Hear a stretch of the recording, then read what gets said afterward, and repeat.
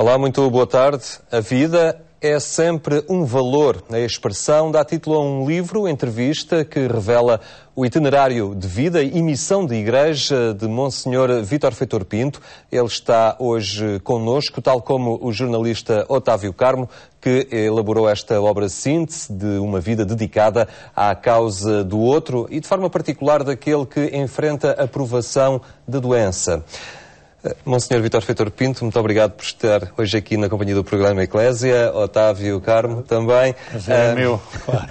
A vida é sempre um valor. Podemos dizer que esta expressão é quase uma divisa da sua própria vida, do seu próprio percurso como homem de igreja. Não só porque amo profundamente a vida, como pelo facto de ter, ao longo de todo o meu caminho, sobretudo nos últimos 30 anos, lutado muito pela qualidade de vida de cada pessoa.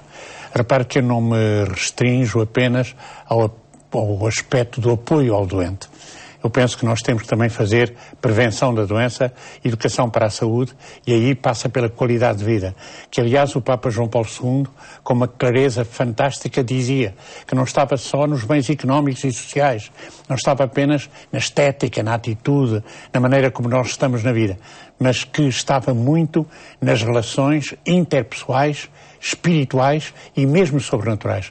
A palavra é do Papa na Evangelium Vitae, palavra muito bonita, porque realmente dá o sentido da qualidade de vida integral, que apanha o homem todo no seu ser. Se eu estiver apenas preocupado com os bens que eu tenho, a certa altura eles perdem-se. Basta haver uma crise económica no mundo, ou numa situação pontual, e eu perco tudo.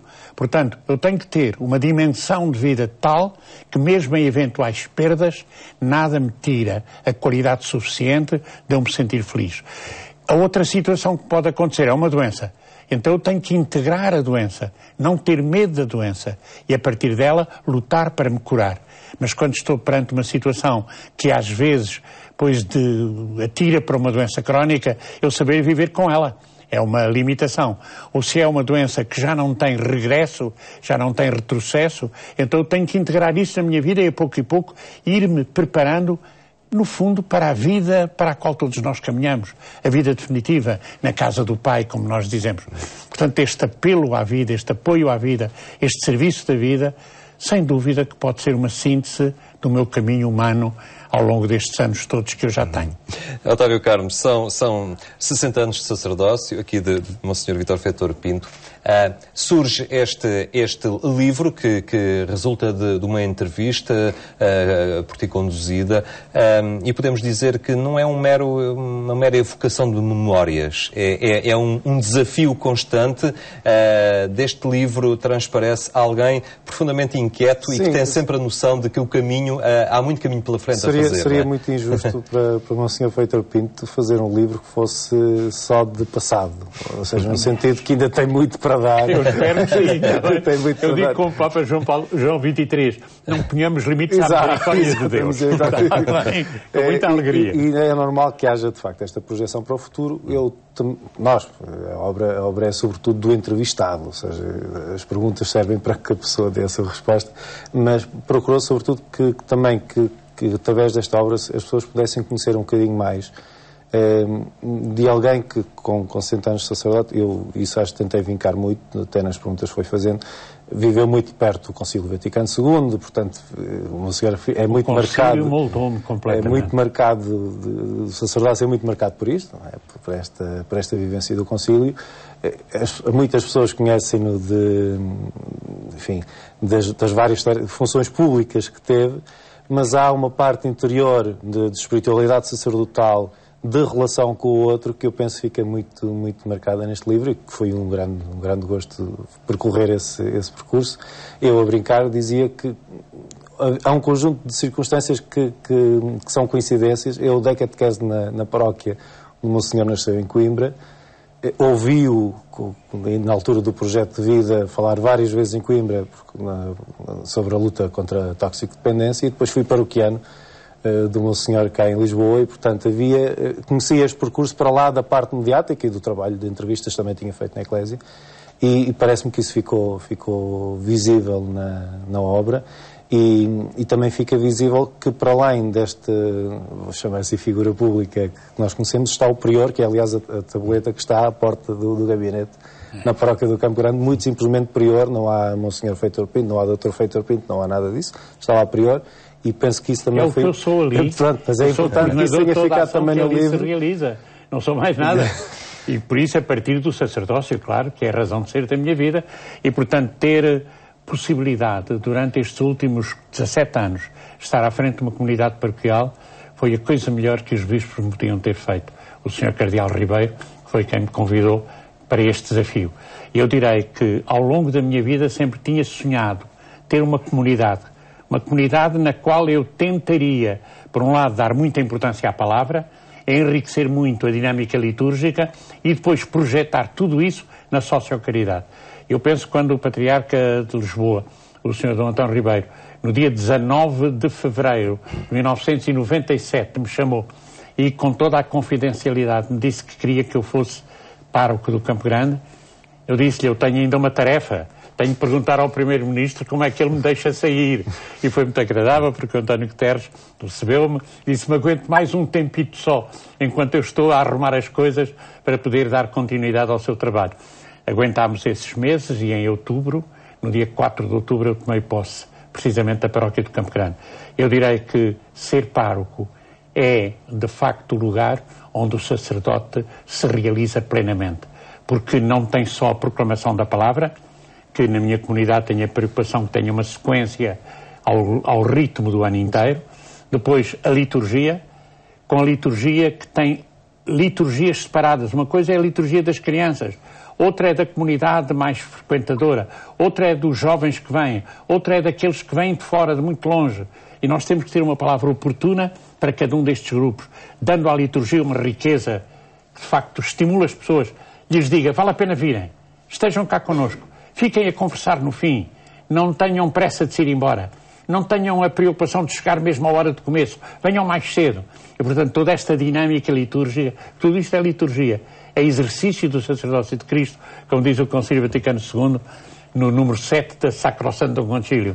E depois, logicamente, a sociocaridade.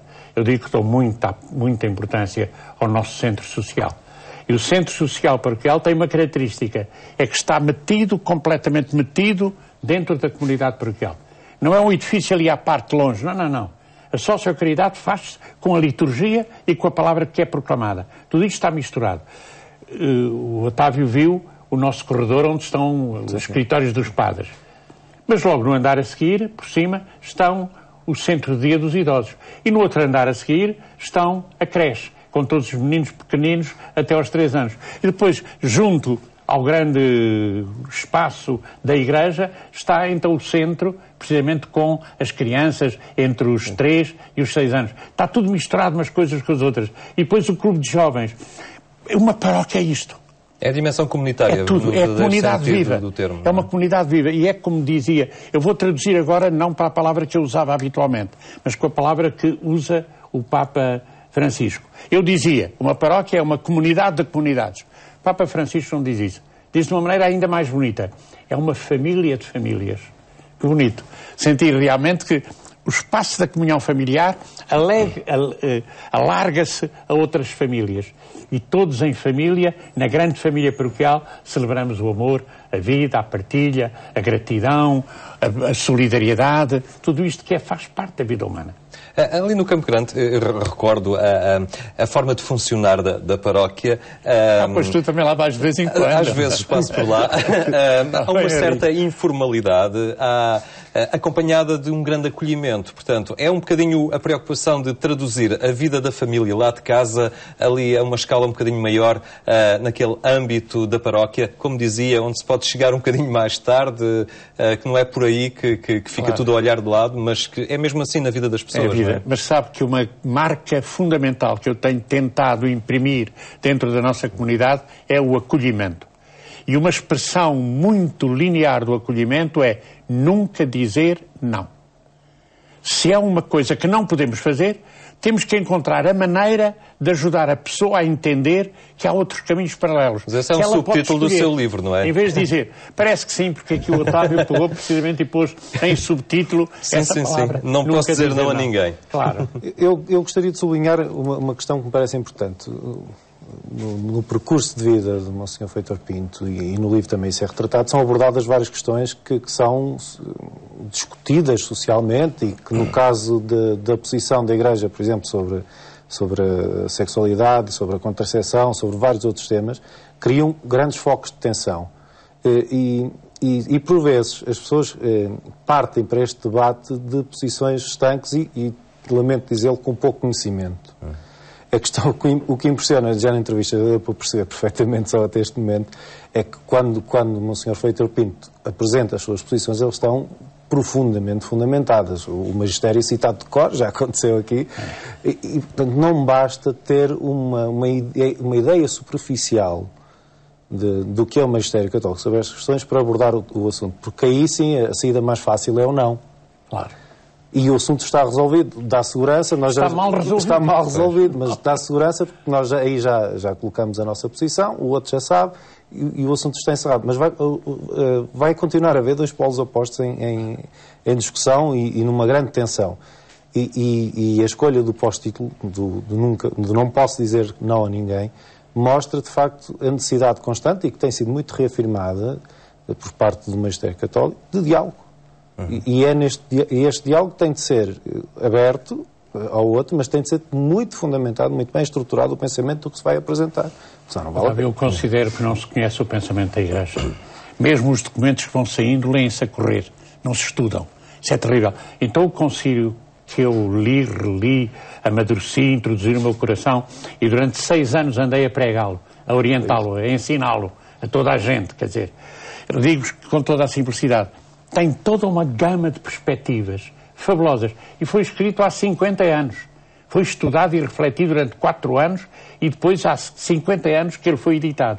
E continua realmente, para já, a dar uma imagem da Igreja fantástica, que é a Igreja Povo de Deus.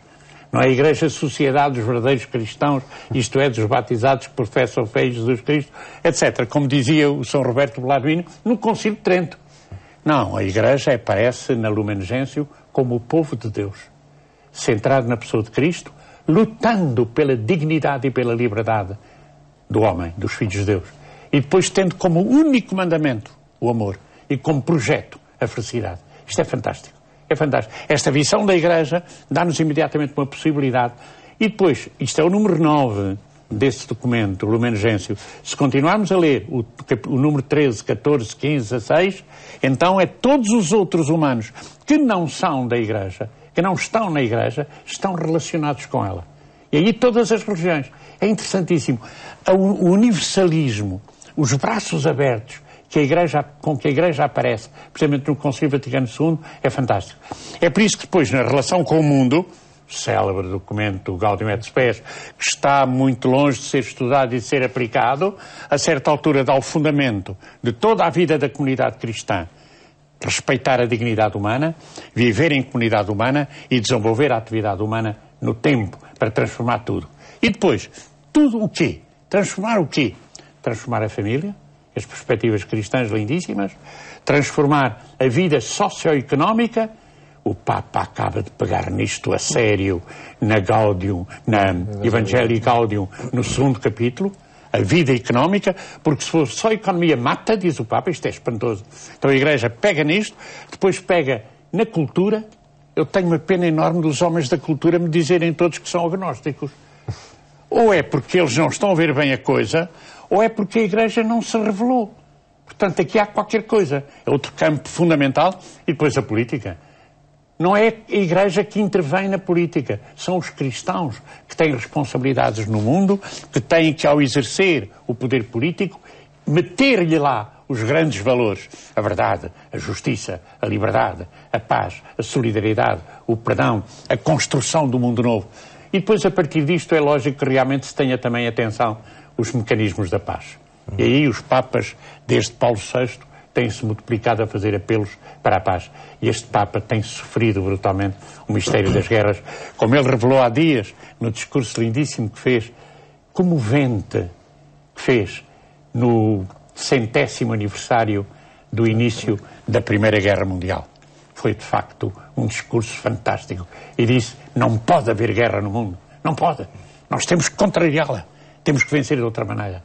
tão interessante isto. Referi há pouco que há algum desconhecimento por parte das pessoas em relação à doutrina da Igreja. É nesse sentido que escreveu também esse livro sobre a sexualidade humana, nomeadamente para ajudar a desconstruir algum preconceito que há tantas vezes? Eu julgo que sim, sabe, porque para muitos a sexualidade era apenas um tabu. Então era necessário tirar, de facto, da comunidade humana esta ideia. Foi preocupado por ter trabalhado na pastoral juvenil. Preocupado por ter trabalhado muito com as equipas de Nossa Senhora durante 20 anos, como assistente da supra-região de Portugal. Portanto, um trabalho muito bonito. Preocupado por estar a acompanhar muita gente que realmente neste momento, perante estas problemáticas todas, tinha dificuldade em ver que nível de fecundidade deveria ter. Preocupado com isto tudo e preocupado com a pastoral da saúde, porque a sexualidade está completamente metida, a sexualidade no desenvolvimento que em saúde se deve ter, desde a concepção ao acompanhamento na vida intrauterina, ao nascimento, à educação pediátrica durante um tempo X, depois toda a vida está metida precisamente com o problema da sexualidade. Então isto levou-me, há cerca de 10 anos, a pensar que eu não era um académico, não tinha pensado sê-lo, mas eu era professor de enfermagem em diversas escolas, há 20 e tal, quase 30 anos. E de repente a enfermagem passou a ser um curso superior. Eu tinha que deixar de ser professor. Então só tinha uma solução, tirar títulos universitários. E foi por isso que fiz o mestrado. E ao fazer o mestrado, pareceu-me que o tema que eu iria em bioética agarrar como muito importante para a pastoral era o problema da sexualidade. Foi por isso que saiu este livro, que é a minha tese de mestrado, precisamente na Universidade Católica, no Instituto de Bioética, onde realmente começo por redefinir a sexualidade como dinamismo. É o Papa que diz isso, no número 37 de Familiares de Consórcio, João Paulo II. Não é a sexualidade como atividade, é a sexualidade como dinamismo envolvente, que atinge a vida de todo o ser humano. E isto com componentes éticas. No fundo, o respeito pela dignidade e pela liberdade, constantemente. Depois, a segunda parte, que é uma parte que eu considero muito importante, a visão redutora da sexualidade no mundo contemporâneo. Isto é um problema dramático. Quantos e quantos têm da sexualidade uma visão anárquica? Eu faço o que me dá na Real Gana e não reparo com isso, trago enormes prejuízos para os outros, para mim e para a sociedade. Portanto, aqui a visão anárquica, a visão redutora, merecia de facto uma reflexão também. Pois a partir disso eu tenho um capítulo que eu considero lindíssimo, que é a sexualidade enquanto um dom maravilhoso de Deus. E aí sigo muito o que o João Paulo II escreve no celebérrimo livro dele, O Homem e a Dona e a Mulher, quem os criou. Eu ia dizer em italiano, quem os criou. Como é que foi isso, não é? O Papa tem nada mais nada menos do que 129 a 130 discursos que estão hoje metidos precisamente num livro, neste livro. São os discursos dele nos 3 primeiros anos de pontificado. Ele, que é um antropólogo, era um grande antropólogo, fez um trabalho fantástico, precisamente, todas as quartas-feiras a trabalhar este tema. Eu não sei o que é que aconteceu, porque depois o Papa deixou de falar nisto. Ainda publicou essa coisa maravilhosa que é Familiares de Consórcio, que aborda a temática e depois silenciou. Não entendo.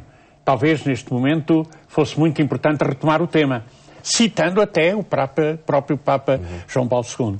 E foi engraçado, eu não tinha pensado editar, porque eu fiz o mestrado há cerca de 10 anos, mas realmente tinha pensado não editar. Mas aconteceu uma coisa muito simples. Numa reunião de sacerdotes, uma reunião que tinha uma certa responsabilidade, o nosso patriarca falou-nos precisamente do sínodo aqui diocesano e relacionou com o sínodo dos bispos, os 2 sínodos dos bispos. Sínodos esses que são sobre a família. E não se pode estudar a família sem estudar a sexualidade humana na sua extraordinária riqueza.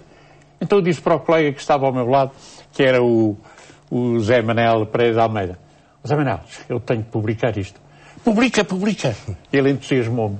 Então eu achei que devia publicar. Foi assim que surgiu esta tese agora editada. Esta tese é editada pela Paulo. Estávamos há pouco a falar do livro editado pela Paulinas, que é A Vida é Sempre um Valor. E esta acaba por ser, Otávio Carmo, uma dimensão também muito presente nessa entrevista que conduziste, esta presença do Padre Vítor Feitor Pinto, nesta abordagem da sexualidade, numa linha muito personalista. O que está presente, de facto, é a vida no seu concreto. E ela integra todas estas dimensões. Eu penso que isso é relativamente simples de chamada visão global. Pode surpreender muita gente que se fale disto sem qualquer claro. Problema, sem qualquer complexo, mas é a vida de um parque, mas é também a vida de um pensador, de alguém que refletiu do ponto de vista da Igreja.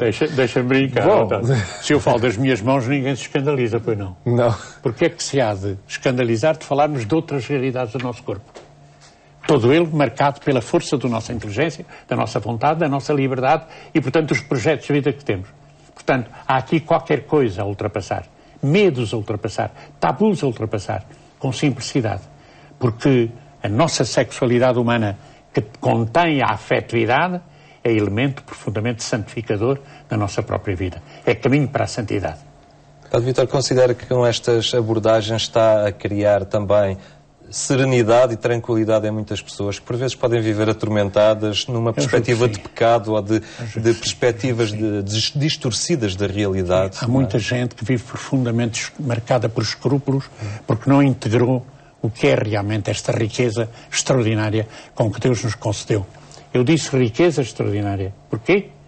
Porque é através desta riqueza, sexualidade, genitalidade, afetividade, que eu colaboro com o poder criador de Deus.